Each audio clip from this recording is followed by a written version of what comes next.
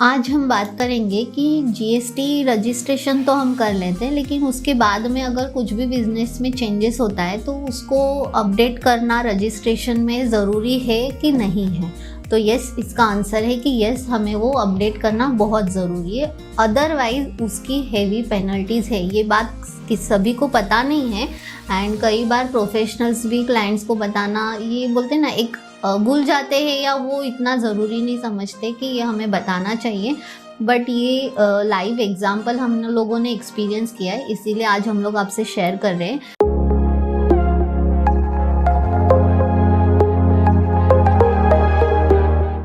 कि जैसे कि हमने जीएसटी रजिस्ट्रेशन कर लिया, बट आफ्टर सम टाइम हम लोगों का एड्रेस चेंज हो गया।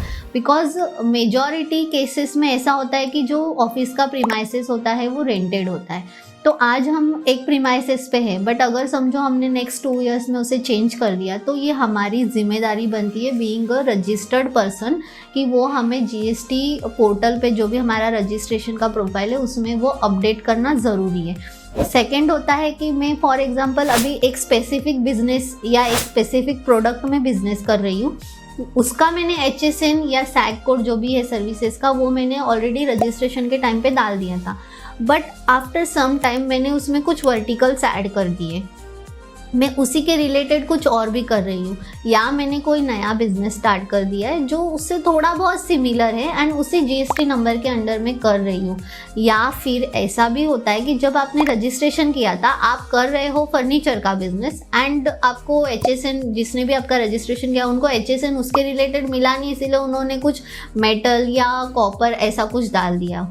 तो ऐसे भी केस में बीइंग अ बिजनेस ओनर ये आपकी जिम्मेदारी बनती है सबसे पहले तो कि आप रजिस्ट्रेशन होने के बाद खुद जाके आपका प्रोफाइल चेक कीजिए कि आपने उसमें जो जो इन्फॉर्मेशन डाली है वो सही है या नहीं है। अगर वो थोड़ा भी उसमें चेंजेस है ना, तो इमीडिएटली प्रोफेशनल से कांटेक्ट करके उसे चेंज करवा लीजिए, अदरवाइज पेनल्टी आपको पे करना होगी। तो जैसे कि हम बता रहे थे कि HSN एंड सैग कोड, कि आप बिजनेस को चेक कर रहे हो एंड उसमें HSN या सैग कुछ और है, तो पहले तो उसे आपको चेंज करना है। या आपने कोई बिजनेस में नया वर्टिकल भी स्टार्ट किया हो तो उसे टाइम पे ही अपडेट करवा लीजिए।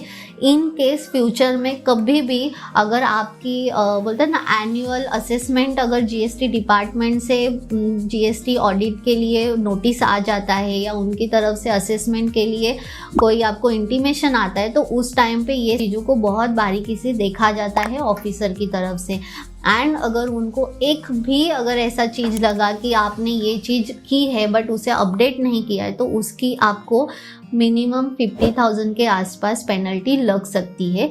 ये हमने खुद एक केस को एक्सपीरियंस किया है। हमारे पास में एक ऐसा केस आया था जहाँ पे उनके प्रीवियस प्रोफेशनल्स ने ये सारी चीज़ें नहीं अपडेट की थी, उसकी वजह से उनको 50,000 की पेनल्टी पे करनी पड़ी थी।